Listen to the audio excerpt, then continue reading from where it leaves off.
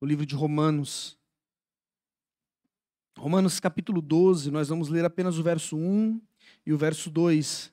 A ideia é que a gente faça uma viagem pela carta aos Romanos para que a gente possa entender o que Paulo quer dizer nesses versículos 1 e 2 do capítulo 12 de Romanos. Eu vou ler na ARA, na Almeida Revista e Atualizada. Romanos 12, versículo 1 e 2. Todos acharam?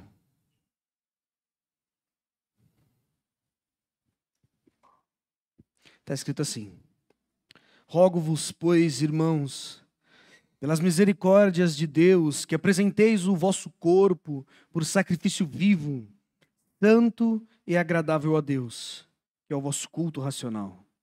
E não vos conformeis com este século, mas transformai-vos pela renovação da vossa mente, para que experimenteis qual seja a boa, agradável e perfeita vontade de Deus. Vamos orar. Senhor nosso Deus, pedimos, Pai, a Tua graça sobre nós, Pai. Senhor, derrama das Tuas infinitas misericórdias sobre nós, Pai. Deus, nos auxilie para que a nossa mente seja tomada pelo Senhor. Para que os nossos corações, Deus, sejam tomados pelo Senhor, Pai. Que a Tua palavra possa nos invadir e nos ferir, Pai. Para que possamos Te amar, para que possamos Te desejar, para que possamos, Deus, almejar Te conhecer, Pai. Para que possamos andar contigo e viver de forma digna do Evangelho, Pai. Ó Deus, fala conosco nesta noite, Pai. Tem misericórdia das nossas limitações, das nossas falhas. Que o texto traga luz às nossas trevas, Pai. E que o Senhor, Pai, nos transforme. Que possamos sair daqui, Pai, a figura de Cristo mais parecido contigo, Deus. Ó Deus, que esse texto produza em nossos corações santidade, temor, amor pela Tua palavra, Pai. Ó Deus, em nome de Jesus, fala conosco, Pai. Se o Senhor não falar aos nossos corações, ai de nós, Senhor. Ai de nós se o Senhor não iluminar a nossa mente. Ai de nós se a Tua palavra não descer ao nosso coração e não tomar forma na nossa vida, Pai. Ai de nós, Senhor. Então, Deus, por favor, fala conosco. Ilumina a nossa mente, o nosso coração, Pai. Que esse texto transborde nas nossas vidas, Pai. Em nome de Jesus, Deus. Amém. O texto de Romanos 12, que nós lemos, é meio que a conclusão que Paulo faz depois de um longo discurso teológico na carta aos Romanos. A gente vai falar um pouco sobre o tema da epístola, sobre a finalidade da epístola. A gente não vai entrar nos assuntos teológicos que Romanos vai tratar, a gente só vai fazer uma passagem por eles e depois a gente vai entender por que a gente vai fazer essa passagem. Porque para que a gente entenda esses dois versículos, é necessário a gente entender o conteúdo da carta e o porquê que Paulo está falando, porquê que Paulo está rogando pelas misericórdias de Deus, né? Então, a gente tem como tema dessa epístola a salvação pela graça mediante a fé em Cristo Jesus. Se você ler Romanos, você pode não lembrar de todas as coisas que você leu, mas você precisa entender que a salvação é pela graça e ela é mediante a fé em Cristo Jesus. Esse é o tema da epístola. Paulo desenvolve a doutrina ensinada por Cristo ao longo dos evangelhos. É interessante que Paulo, ele não inventa essas doutrinas. Não é que Paulo tenha tido uma revelação e começou a inventar as coisas acerca do evangelho, não. A salvação mediante a fé em Cristo Jesus sempre foi pregada por Cristo nos evangelhos. O que Paulo vai fazer com precisão e maestria na carta aos Romanos é sistematizar essa doutrina. É mostrar para os irmãos em Roma como é que funcionava a salvação e como é que ela se dava mediante a fé em Cristo Jesus. Tem um teólogo chamado Frank Tillman que ele diz que a carta aos Romanos ela é o evangelho da justiça de Deus. Quando você termina de ler Romanos, parece que você vê que Paulo conta-nos como é que funciona a justiça de Deus em Cristo Jesus. Ou seja, o que Paulo vai fazer nesta carta é sistematizar essa doutrina, a salvação somente pela graça, através da fé em Cristo Jesus. A gente não sabe ao certo quem fundou a igreja em Roma. Alguns estudiosos eles acreditam que essa igreja ela foi fruto de pessoas que estavam no dia de Pentecostes ali em Jerusalém. E após o dia de Pentecostes eles se espalharam e eles foram parar em Roma. Mas a gente tem quase que certeza que a igreja em Roma ela era composta na maior parte por gentios. O imperador Cláudio, no começo do primeiro século, ele expulsou os judeus de Roma porque eles tinham uma certa um certo receio de que eles levantassem esse famoso Cristo como um rei. Então eles expulsaram os cristãos, os judeus da cidade de Roma. Então é muito provável que nessa igreja nós só encontrássemos gentios. Paulo escreve esta carta de Corinto. Ele estava na cidade de Corinto quando ele escreve a carta aos romanos. E a finalidade da carta aos romanos era fortalecer a fé dos irmãos em Roma. Mas essa carta também é um tanto peculiar, porque o que Paulo precisa da igreja de Roma é conseguir auxílio da igreja em Roma para que ele pudesse continuar a sua viagem missionária para cima na Espanha. Ou seja, Paulo queria expandir o ministério. Ele queria sair da Ásia Menor e subir até a região da Espanha. E para fazer isso, ele precisava do apoio dos irmãos que estavam em Roma. Então esta carta aos romanos é meio que uma apresentação do apóstolo Paulo, porque Paulo não havia visitado Roma. Ele mesmo fala na carta aos romanos que por diversas vezes ele tentou e ele diz que o Senhor é testemunha dele de como em todas as suas orações ele ora para que ele pudesse ter a chance de visitar a igreja em Roma. Ou seja, havia no coração de Paulo um certo desespero por ir até a igreja de Roma. A gente sabe, Roma era uma cidade gigantesca e é muito provável que a igreja em Roma também fosse grande. E Paulo escreve esta carta com a finalidade de se apresentar aos irmãos em Roma. Porque esses irmãos muito provavelmente só haviam conhecido os apóstolos em Jerusalém. Eles talvez não haviam tão de perto visto Paulo trabalhar. Eles não sabiam muito bem quem era Paulo e tampouco eles não sabiam tanto sobre a sua doutrina. E é por isso que nós encontramos em Romanos a coroa dos escritos de Paulo. Porque Paulo precisa mostrar para aqueles irmãos quem ele é e aquilo que ele acredita. E é por isso que nós vemos uma carta tão recheada de conteúdo teológico. Às vezes alguns jovens me procuram, algumas pessoas me perguntam sobre Romanos, por que Romanos é tão complicado, por que Paulo fala tantas coisas em Romanos, porque você lê Romanos, a sensação que dá é que você não consegue parar de respirar, você não consegue descansar lendo Romanos. Porque ela é tão recheada de conteúdo, e texto, e assunto, que você não consegue parar. Quando você começa a ler Romanos, a sensação que dá é que você se cansa de tão exaustivo, de tanto conteúdo, teologia, aplicação. Porque Paulo queria mostrar àqueles irmãos em Roma o que ele acreditava. E ele começa dizendo, eu sou Paulo, eu sou apóstolo, eu fui chamado por Cristo Jesus para ser apóstolo, e é isso que eu creio. Robert Gundry, que é um estudioso do Novo Testamento, ele escreveu um livro chamado Panorama do Novo Testamento. E nesse livro ele divide a carta aos Romanos em 7 grandes divisões. E a gente vai passar um pouco por essas divisões para que a gente consiga chegar até a divisão que se encontra no nosso capítulo. A primeira divisão que ele faz é a divisão da introdução, que vai do capítulo 1 de Romanos, do versículo 1 até o versículo 17. E aqui nós temos o famoso versículo de Romanos 1, que diz no versículo 16, Paulo dizendo aos romanos, eu não me envergonho do evangelho, porque é o poder de Deus para a salvação de todo aquele que crê, primeiro do judeu e também do grego, visto que a justiça de Deus se revela no evangelho, de fé em fé, como está escrito, o justo viverá da fé. Ou seja, Paulo está mostrando aos irmãos em Roma as suas credenciais. Ou seja, eu sou apóstolo. Mas é interessante que Paulo não está dizendo que ele é apóstolo porque ele simplesmente o é, ou ele se declarou apóstolo, como nós vemos no nosso dia de hoje, ou alguém o chamou de apóstolo, ou a igreja o colocou por apóstolo. Não! Paulo começa o capítulo 1 dizendo, eu fui chamado por Cristo para ser apóstolo.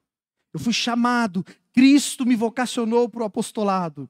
E aqui está o conteúdo da mensagem de Paulo. Paulo diz que ele crê no evangelho. E ele não se envergonha da pregação desse evangelho. Por quê? Porque esse evangelho é o poder de Deus. Paulo está dizendo para a igreja em Roma, vocês podem confiar no meu trabalho. Eu creio no evangelho. Eu creio no poder de Deus para a salvação do homem. E ele resume o evangelho e ele nos diz que o evangelho é isso. É o poder de Deus. Visto que a justiça de Deus se revela no evangelho, olha aqui, Paulo apresentando o tema da epístola aos irmãos aos romanos. O tema desta epístola é a justiça de Deus, porque o evangelho é isso. O evangelho é o poder de Deus para a salvação do homem, visto que no evangelho se revela a justiça de Deus. E essa justiça se revela como? De fé em fé, como está escrito, e aqui ele cita o Antigo Testamento, justo viverá pela fé, o texto de Abacuque. E a ideia é de que o justo viverá só pela fé. Não existe outra forma do justo viver. Não existe outra forma de você ser salvo, A justiça de Deus se manifesta através da fé em Cristo Jesus. Ou seja, essa é a apresentação de Paulo. Eu não tenho vergonha do Evangelho. Eu creio no Evangelho. Eu creio no poder de Deus. Eu creio na justiça e na fé do Evangelho. Robert Gundry faz a segunda divisão dizendo que ele divide a segunda parte de Romanos e o tema que ele dá é a pecaminosidade de todos os homens, que vai do capítulo 1, versículo 18, até o capítulo 3, versículo 20. A gente vai ler agora o texto de Romanos 1, 28, que diz assim: e por haverem desprezado o conhecimento de Deus, o próprio Deus os entregou a uma disposição mental reprovável para praticarem coisas inconvenientes, cheios de toda injustiça, malícia, avareza e maldade, possuídos de inveja, homicídio, contenda, dolo, malignidade, sendo difamadores, caluniadores, aborrecidos de Deus, insolentes, soberbos, presunçosos, inventores de males, desobedientes aos pais, insensatos, pérfidos, sem afeição natural e sem misericórdia. Olha que curioso, primeiro Paulo diz que o evangelho é o quê? É o poder de Deus. E no Evangelho nós temos o que? Revelado o quê? A justiça de Deus. E agora Paulo vai continuar a partir do versículo 18 do primeiro capítulo, dizendo que fora do Evangelho, onde existe a justiça de Deus, o que existe? A ira de Deus contra toda a impiedade. E aqui o que Paulo vai dizer é que todos os homens são caídos por natureza. E aqui ele faz uma breve descrição de como são os homens sem Deus. Se no Evangelho é demonstrada a justiça de Deus e é manifestada a justiça de Deus, o que existe fora do Evangelho é isso que Paulo descreve: é injustiça, é avareza, é malícia, é tudo aquilo que não provém do Senhor. Ou seja, até o capítulo 3, versículo 20, o que Paulo vai nos mostrar é que todos os homens caíram, estão depravados, estão perdidos. Paulo está dizendo para a igreja de Roma, é nisso que eu acredito. Paulo está dizendo para a igreja de Roma que fora do Evangelho, fora da salvação em Cristo Jesus, não há beleza, só há morte. Fora da salvação em Cristo Jesus, tudo que existe é morte, é perdido.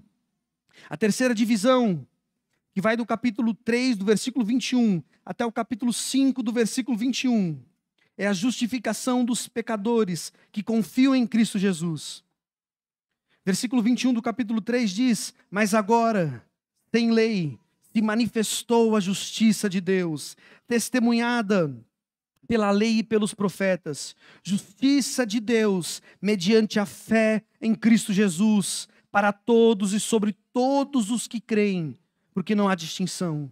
Pois todos pecaram e carecem da glória de Deus, sendo justificados, grave essa palavra, gratuitamente, por sua graça, mediante a redenção que há em Cristo Jesus. Ou seja, depois de apresentar a queda do homem e a depravação total do ser humano, Paulo diz que agora existe justificação para aqueles que creem em Cristo Jesus. E ele diz que há uma porta de salvação, porque a justiça de Deus é manifesta no Evangelho. A justiça de Deus alcança os malfeitores, alcança os rebeldes, os avarentos. E agora eles podem ser salvos por Cristo Jesus, gratuitamente por sua graça. E mediante, somente por isso, pela redenção que é em Cristo Jesus. Ou seja, existe redenção. O homem está morto. Mas existe alguém fora do homem, ou alguma coisa fora das suas faculdades mentais, da sua capacidade de mudar. Cristo Jesus, esse Cristo pode redimir, esse Cristo pode alcançar este homem. A próxima divisão, que vai do capítulo 6, versículo 1, até o capítulo 8, versículo 39, Paulo vai nos dar o próximo passo. Após esses homens serem justificados e alcançados por aquilo que nós conhecemos como conversão, Paulo vai tratar acerca da santificação dos pecadores que foram justificados pela obra de Cristo. E no capítulo 6, versículo 1, Paulo diz assim: que diremos, pois? Permaneceremos no pecado para que seja a graça mais abundante? De modo nenhum. Como viveremos ainda no pecado, nós, os que para ele morremos? Ou porventura, ignorais que todos nós que fomos batizados em Cristo, fomos batizados na sua morte? Fomos, pois, sepultados com ele na morte pelo batismo, para que, como Cristo foi ressuscitado dentre os mortos, para a glória de Deus, assim também nós andemos em novidade de vida. Ou seja, após o processo da justificação que é em Cristo Jesus, para aqueles pecadores que Paulo descreve no capítulo 1, Paulo diz que o próximo processo que se dá na vida cristã é a santificação através de Cristo Jesus. É o que Paulo chama de novidade de vida.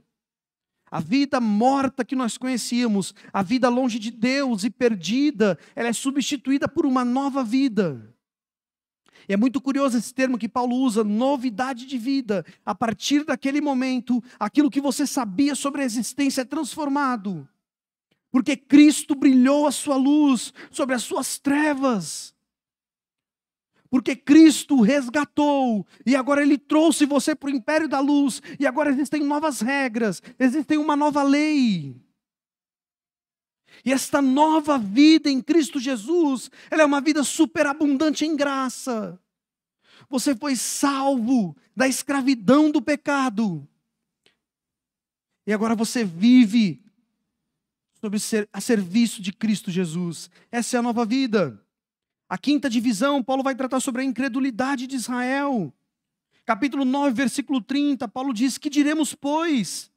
Que os gentios que não buscavam a justificação vieram a alcançá-la, todavia, aqui decorre da fé. E Israel, que buscava a lei da justiça, não chegou a atingir essa lei. Por quê? Porque não decorreu da fé, e sim, como que de obras. E eles tropeçaram na pedra de tropeço, como está escrito: eis que põe em Sião uma pedra de tropeço e rocha de escândalo. Aquele que nela crê não será confundido. Olha que interessante o que Paulo está dizendo. Paulo sabia que esta carta seria lida em Jerusalém. Quando você lê no começo da carta aos Romanos, Paulo diz que antes de ir a Roma, ele quer passar em Jerusalém para angariar fundos, ele quer passar em Jerusalém para conversar com a igreja em Jerusalém, e logo após ele iria a Roma. Em Jerusalém você tem uma igreja composta de judeus, e em Roma você tem uma igreja composta de gentios. O que Paulo está nos falando que o evangelho apresentado aos judeus é o mesmo apresentado aos gentios. Paulo ele não modificava a mensagem do evangelho para agradar a igreja em Roma. Sim, ele queria angariar fundos, ele precisava do auxílio de Roma, mas ele não negociava a verdade do evangelho. E ele diz que os judeus tentaram chegar a Deus através da lei e eles falharam. E os gentios chegaram a Deus, mas não porque eles eram bons, mas através da graça de Cristo Jesus. Porque a salvação só se dá pela graça e mediante a fé em Cristo Jesus. Os judeus tropeçaram. E Paulo diz que eis que põe uma pedra em Sião, que é essa pedra de tropeço e rocha de escândalo. Ou seja, para os judeus, a salvação pela graça, somente pela graça, era escandaloso. Como é que eu sou salvo se eu não faço? Como é que eu sou salvo se não for pelas minhas obras? Se não for pelo cumprimento da lei?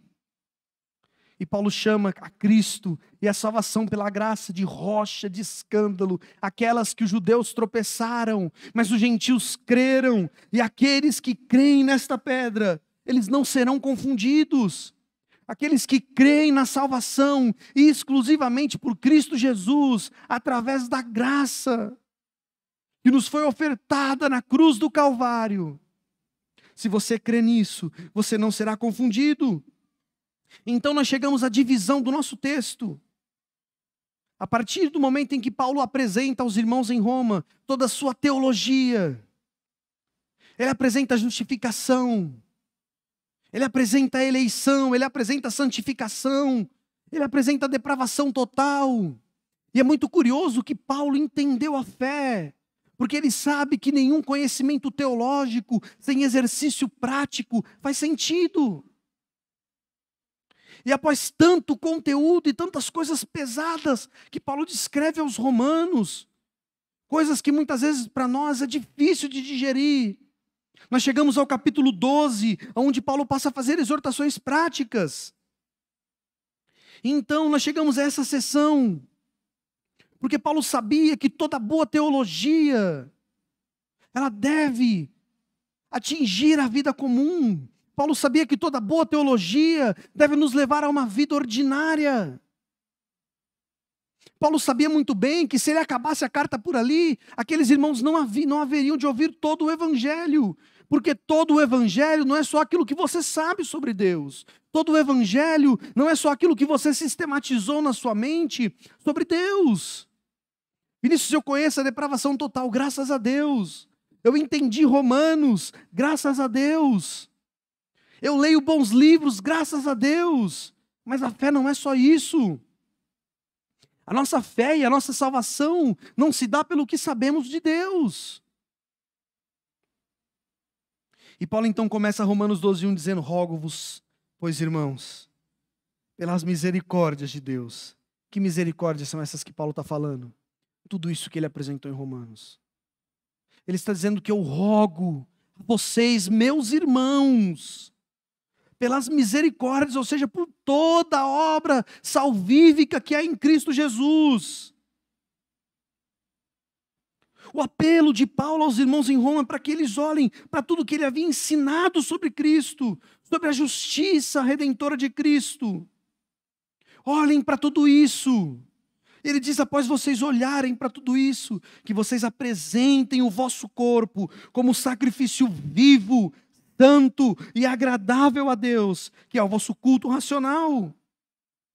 O resultado dessa obra salvífica de Cristo era possibilitar que o crente entregasse o seu corpo como sacrifício vivo. E talvez aqui para a gente não faça muito sentido.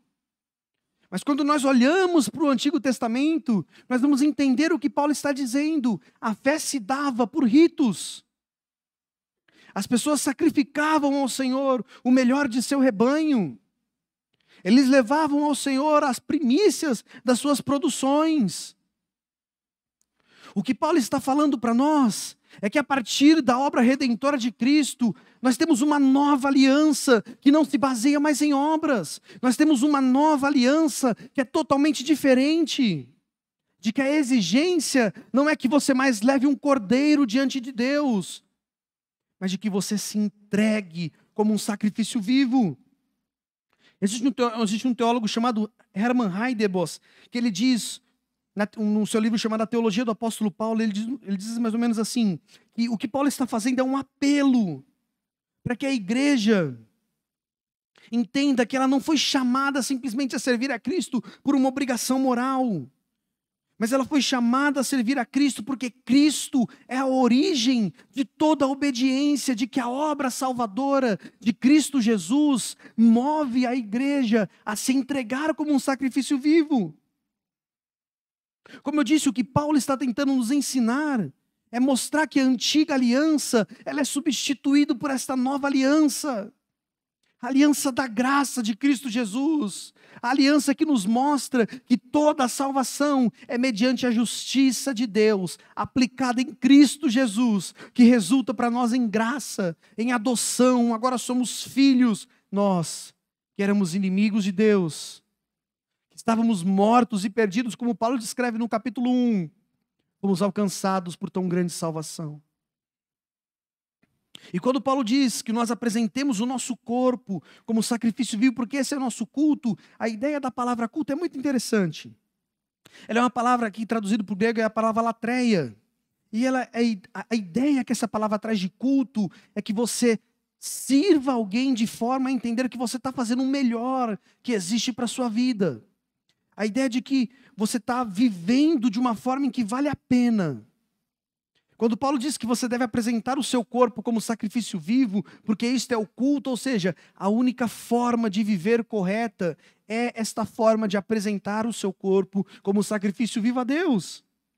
E o que Paulo está nos ensinando aqui é aquilo que é como que nós temos como tema hoje, que é a verdadeira adoração. Ele está colocando em contraponto a adoração do Antigo Testamento para a adoração da Nova Aliança. E o que ele quer nos mostrar é que aqueles ritos e os sacrifícios que se faziam no Antigo Testamento, com a vinda de Cristo aquilo acabou. Nós temos em Cristo Jesus o último sacrifício. Nós temos em Cristo Jesus a única oferta que a ira de Deus poderia aceitar. Nós temos em Cristo Jesus a ira de Deus totalmente satisfeita. E o que Paulo está dizendo, que o que Cristo espera de nós, nesta nova vida que recebemos, é que em vez de nós trazermos coisas a Deus, como forma de barganhar o perdão do Senhor, como forma de aplacar a ira de Deus, é que a gente se entregue como um sacrifício vivo na mão desse Deus. Perceba também que essa nova vida em Cristo Jesus, ela deve ser integralmente em serviço a Ele. O culto deve ser prestado constantemente. O sacrifício vivo nos aponta para uma vida completa de adoração e culto. Onde estamos, onde nós estamos, nós somos um sacrifício ao Senhor. A ideia da palavra de Paulo, quando ele diz sacrifício vivo, é dizer que a sua vida deve ser uma oferta constante diante do Senhor. E perceba outra coisa muito interessante que Paulo faz. Paulo, ele vai estender o ambiente da adoração. Lembra que nós tínhamos o templo, o lugar onde eram sacrificadas ofertas ao Senhor? Paulo diz que na nova aliança, a adoração não é feita mais no templo. Na nova aliança, a adoração acontece onde existe um servo de Cristo. Onde existe um servo de Cristo, ali existe adoração. Porque a verdadeira adoração, ela não se limita a um ambiente, ela não se limita a um lugar.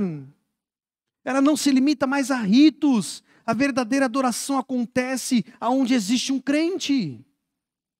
Ou seja, você que foi salvo por Cristo, qualquer ato da sua vida é um ato de adoração. Qualquer coisa que você faz é um ato de adoração, ou a Deus, ou ao diabo. Qualquer coisa que você faz na sua vida, ou você está declarando que você serve a Cristo, ou você serve ao diabo. Tudo na nossa vida é adoração. Tudo que fazemos na nossa vida é espiritual. O que Paulo quer nos ensinar é que essa nova vida, é que este novo culto apresentado por Paulo, esta nova forma de adoração apresentada por Cristo Jesus, requer tudo de nós.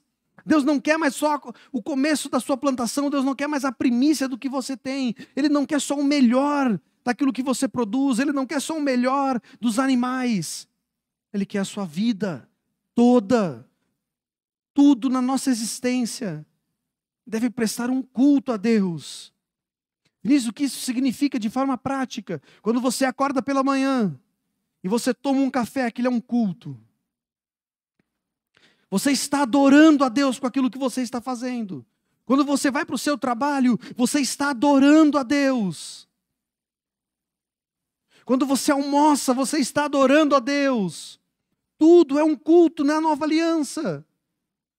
Todas as suas atitudes são atitudes de adoração. Se você vai para o seu trabalho e você faz o seu melhor, você está adorando ao Senhor com o melhor que você pode, com o melhor que você tem, com o melhor que você sabe fazer. Se você acorda pela manhã e toma um café cheio de alegria e regozijante porque Deus proveu o pão sobre a sua mesa, isso é adoração. Não existe mais ambiente para adoração. Agora nós temos um mundo de Deus, como o grande templo de Deus. Tudo que fazemos na existência é adoração a Deus. Tudo que fazemos em vida é culto ao Senhor. O conselho do apóstolo Paulo é que a gente se apresente constantemente diante de Deus, como um sacrifício, dizendo: Deus, a minha vida é sua. É que a gente entenda que a melhor coisa que pode acontecer na nossa vida é servir ao Senhor.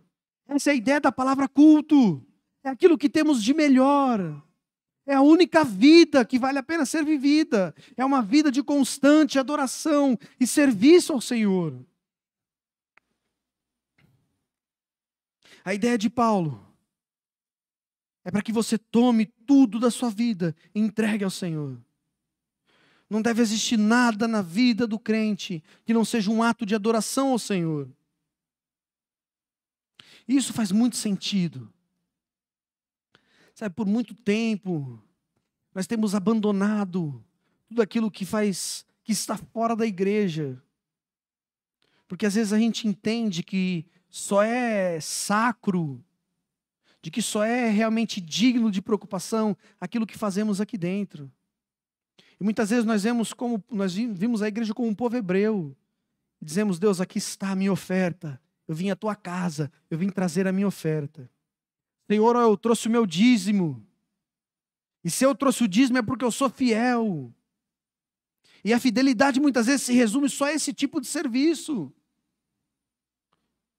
E nós saímos da igreja justificados porque nós trouxemos a nossa oferta a Ele. E aí durante a semana nós vivemos no lamaçal do pecado. Então nós chegamos no próximo sábado e dizemos a Deus: estamos aqui, Senhor, eu vim trazer de novo a minha oferta, porque eu pequei de novo. Então você chora, você ouve a palavra de Deus, aquilo lhe traz conforto e você volta justificado para casa. Então você volta para a sua semana, e você vai para o seu serviço e você não faz o seu melhor. E você vai para o seu serviço e você desonra a Deus no seu serviço. E você vai para o seu serviço e as pessoas não sabem distinguir você dos demais. E aí você chega domingo na igreja e diz: Senhor, eu vim trazer a minha oferta de novo. Aceita aí, é o melhor que eu tenho. Eu reservei o meu domingo, eu vesti a minha melhor roupa. É o melhor que eu tenho, está em tuas mãos. E você vai para casa justificado. E você vive na era da graça, achando que você está na antiga aliança. Negociando com o Senhor um perdão semanal, negociando com o Senhor todos os cultos, porque você não consegue viver a santidade que você vive aqui na igreja no mundo. Porque é difícil eu demonstrar aquilo que eu creio na minha vida comum.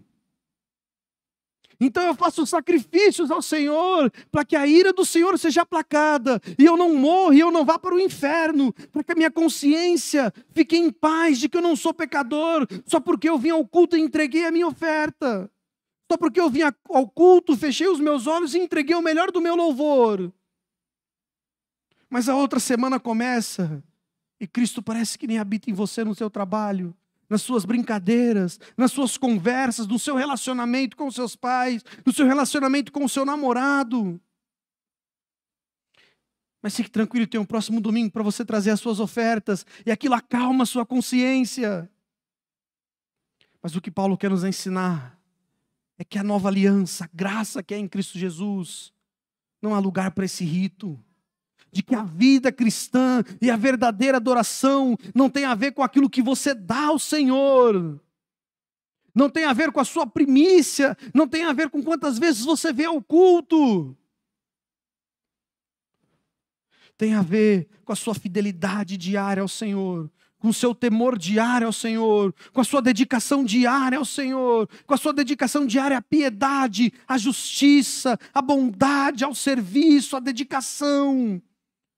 Porque você entendeu o Evangelho, então você sai do culto e você sabe que se você for na padaria, você tem que dar bom dia, você tem que sorrir para as pessoas, você tem que amá-las. O Evangelho transformou toda a sua vida, então você vai para a sua casa, você obedece o seu pai, você honra a sua esposa, você é fiel à sua namorada, você é fiel ao Senhor.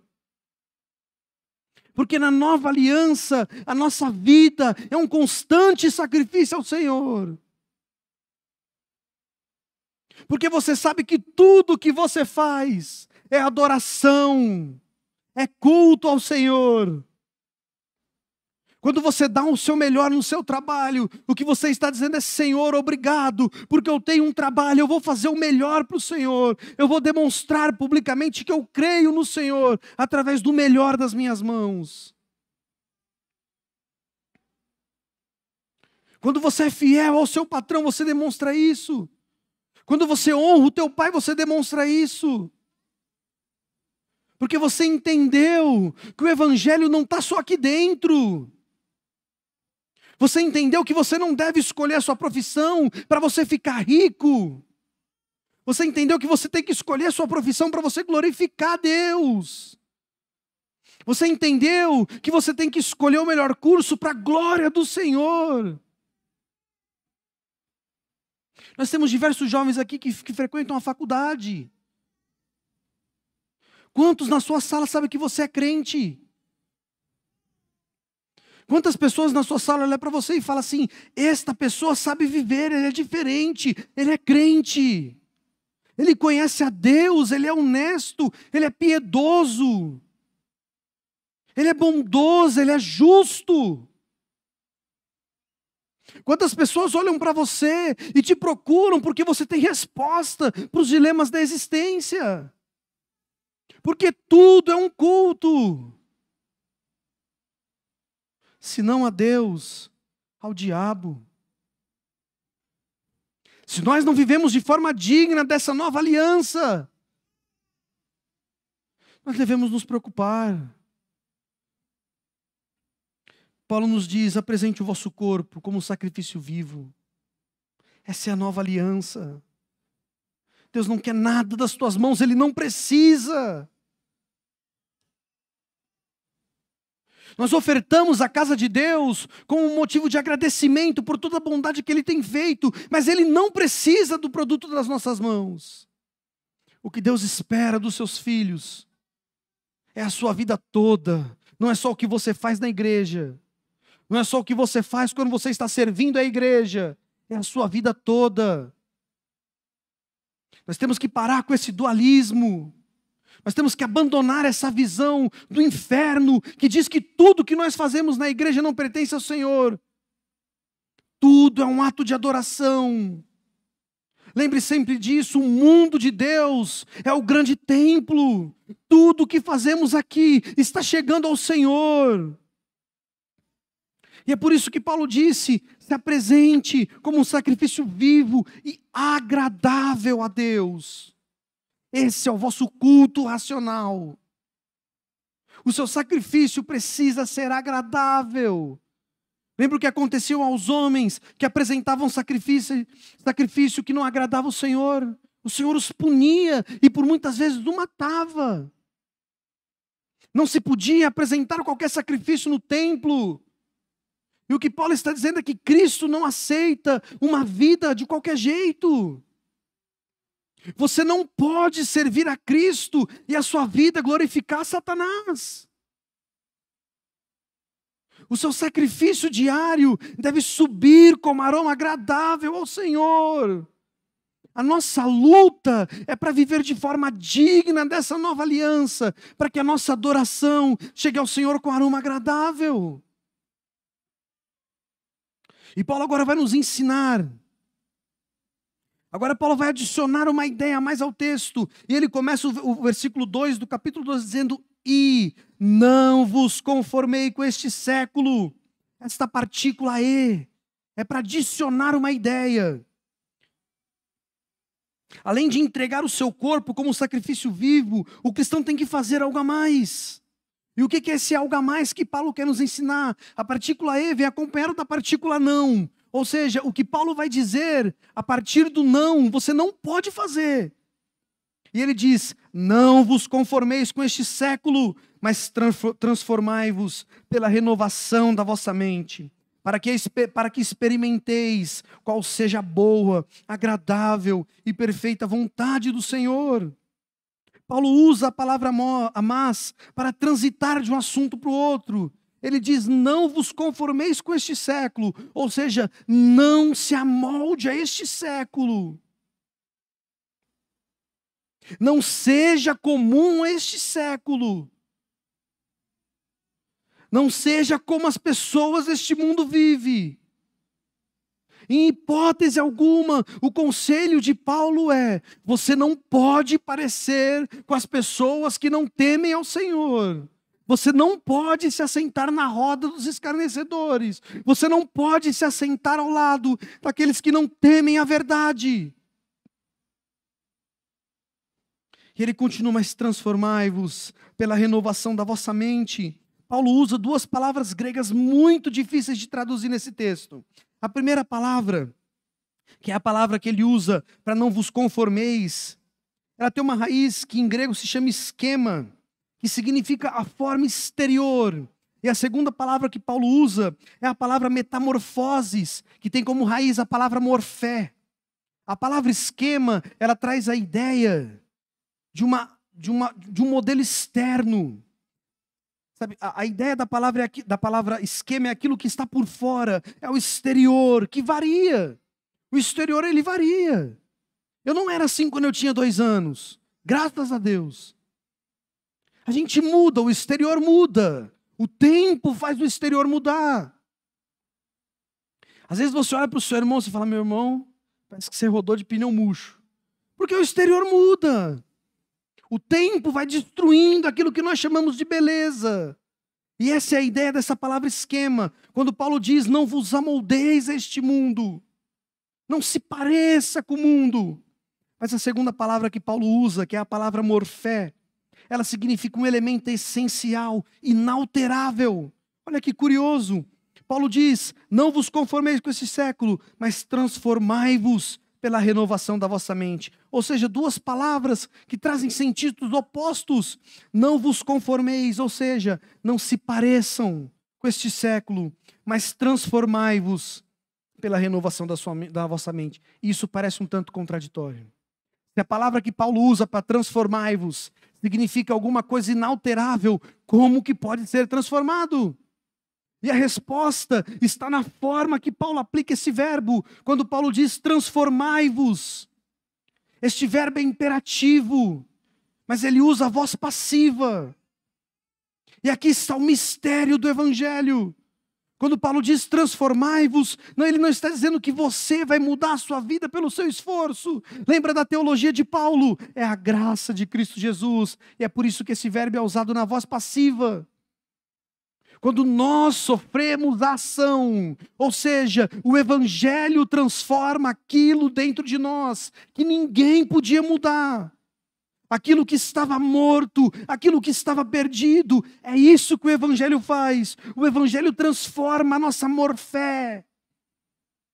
E é por isso que a ideia da palavra metamorfose, aquilo que não se podia mudar, aquilo que era intocável, que era inalterável, o Evangelho fez em nós. A obra salvadora de Cristo Jesus transformou o que era morte em vida. E é por isso que nós não podemos nos parecer com o mundo.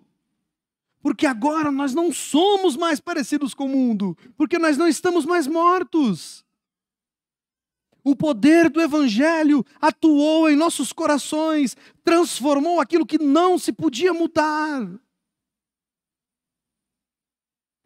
Mas transformai-vos pela renovação da vossa mente, para que experimenteis qual seja a boa, agradável e perfeita vontade de Deus. Quando Cristo irrompe na vida do homem, ele é um novo homem.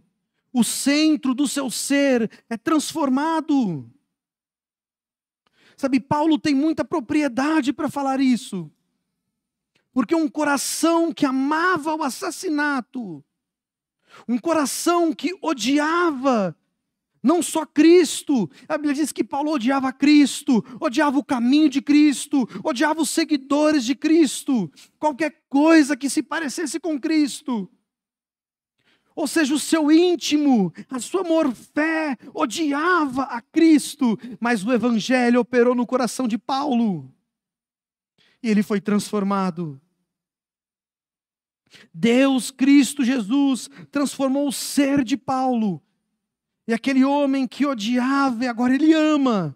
O homem que persegue, agora é perseguido. Perceba a diferença entre a vida do mundo, entre a vida deste século, que é ódio, que é ira, é perseguição, e a nova vida em Cristo Jesus, que é amor, é bondade, é ser perseguido. Porque existia alguma coisa no coração de Paulo que não podia ser transformado por nada, somente pelo Criador do mundo. Deus bradou a Paulo. Paulo caiu do cavalo. E Cristo disse, Paulo, por que você me persegue, Paulo? Cristo transformou o íntimo de Paulo. E o homem que foi a Damasco para assassinar cristãos, agora ele está na rua direita, orando de joelhos ao Senhor. Porque Cristo entrou no coração de Paulo e aquilo que era morto passou a viver. Vocês lembram da história do Vale de Ossos Secos? O que tem ali? Ossos secos, assim é Israel.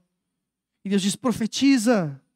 Então a palavra do Senhor começa a trazer vida sobre aqueles ossos secos.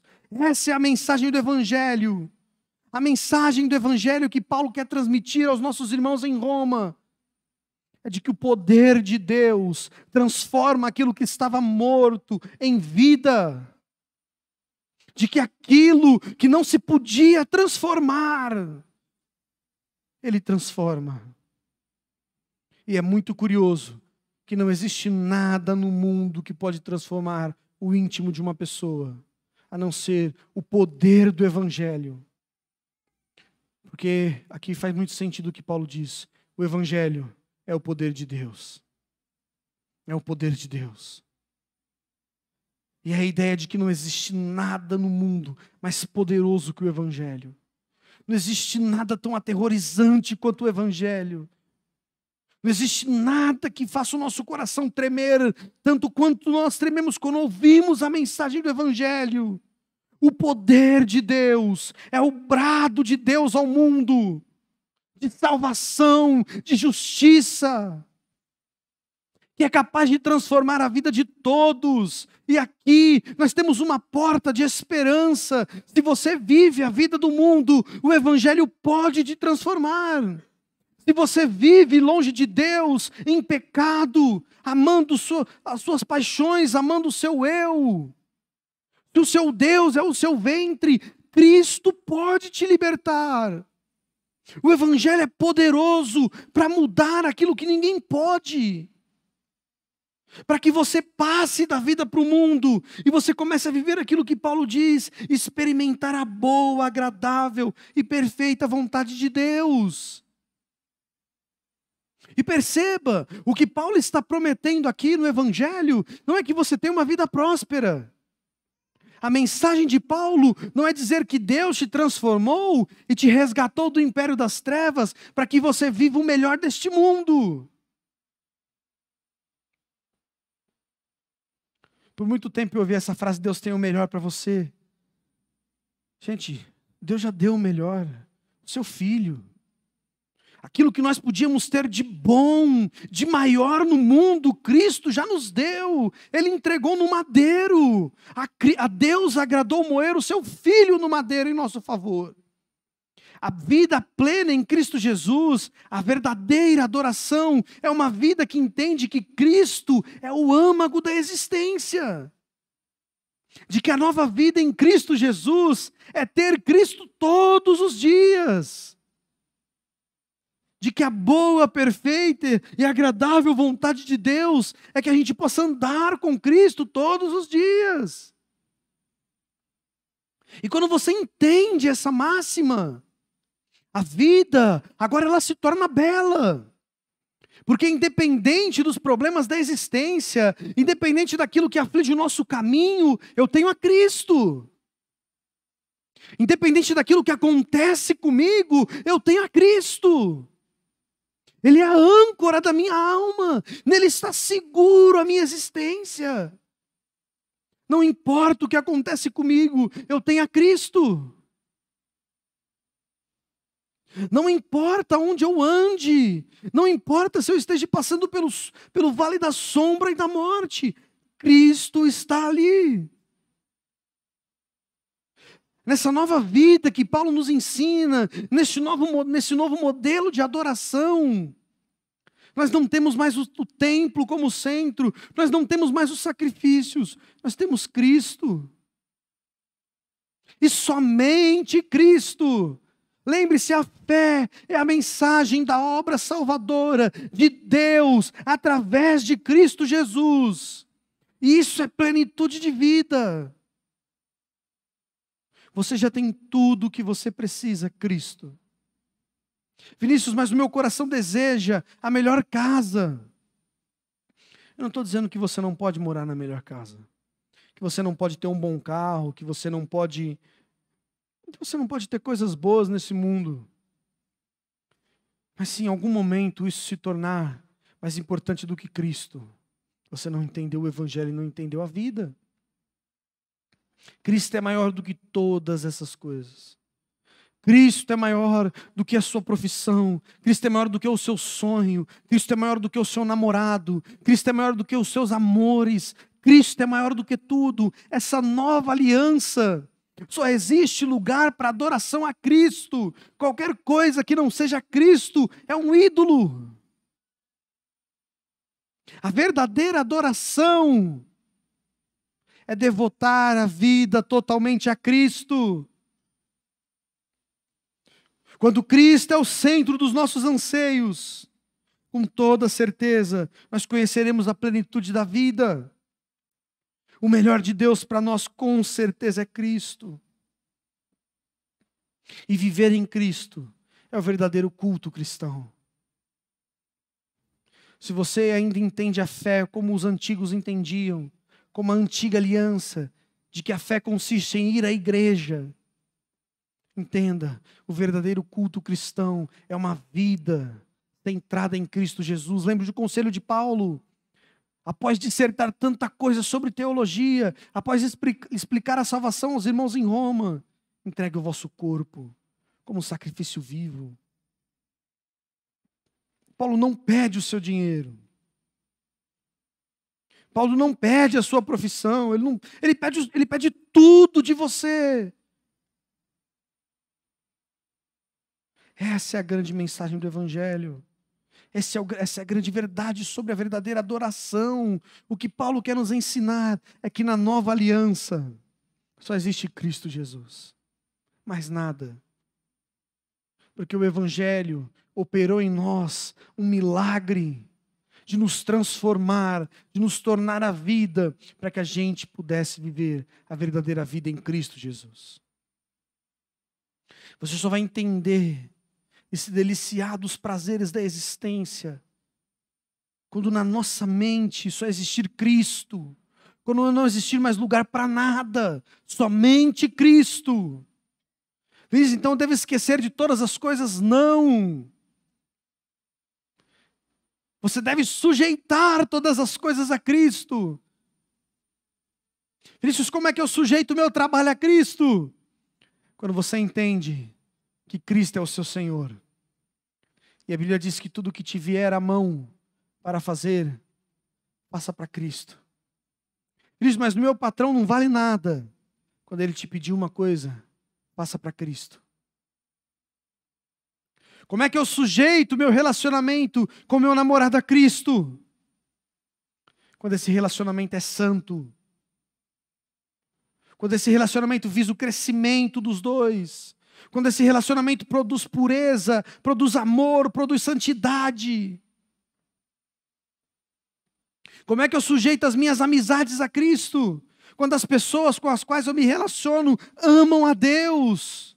Eu não tolero andar com pessoas que desonram ao Senhor, que escandalizam a fé cristã. Sujeite tudo da sua existência a Cristo. Vinícius, como é que eu sujeito a minha faculdade a Cristo? Entenda, dê o seu melhor ali, para a glória de Cristo. Estude, se dedique, para que você ame a Deus através daquilo que você faz. Entenda, o Evangelho não é um abandono do mundo. Cristo não ora para que Deus tire os crentes do mundo. O Evangelho é a mensagem de que o mundo precisa do cristianismo. O mundo precisa de você. A ciência precisa que você estude. Nós precisamos ter bons cristãos nas grandes cadeiras acadêmicas. Nós precisamos de bons cristãos na medicina, na filosofia, na arte, na cultura. E nós só conseguiremos fazer isso quando nós sujeitarmos essas coisas a Cristo. Dê o seu melhor para a glória de Cristo. Faça o seu melhor, porque você o ama, porque Ele é o centro do seu culto. Essa é a verdadeira adoração da nova aliança. Não há mais lugar a ritos. Só existe Cristo, serviço cristão, amor a Deus, profundo comprometimento, profunda dedicação. Vamos orar ao Senhor. Senhor nosso Deus, nós te louvamos pela tua palavra em Romanos, Pai. Muito obrigado, Deus, porque o Senhor tem despertado os nossos corações a te amar. O Senhor tem despertado os nossos corações à santidade, à adoração, ao profundo comprometimento, Pai, à profunda dedicação ao Senhor, Deus.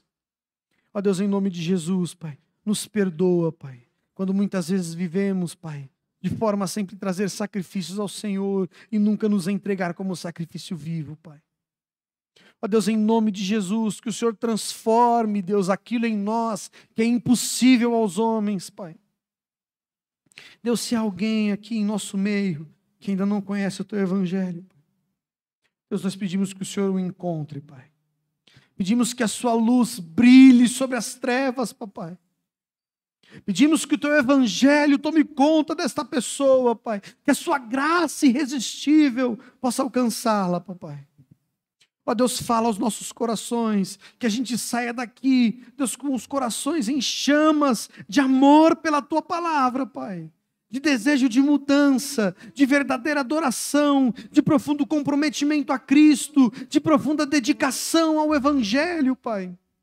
Que possamos sujeitar tudo da nossa existência a Cristo Jesus, sabendo que o Senhor é Senhor de todas as coisas, o Senhor é Senhor do nosso namoro, do nosso trabalho, do nosso lazer. O Senhor governa sobre todas as coisas, Pai. Ó Deus, em nome de Jesus nós te louvamos, te agradecemos, Pai. Em nome de Jesus, Deus. Amém.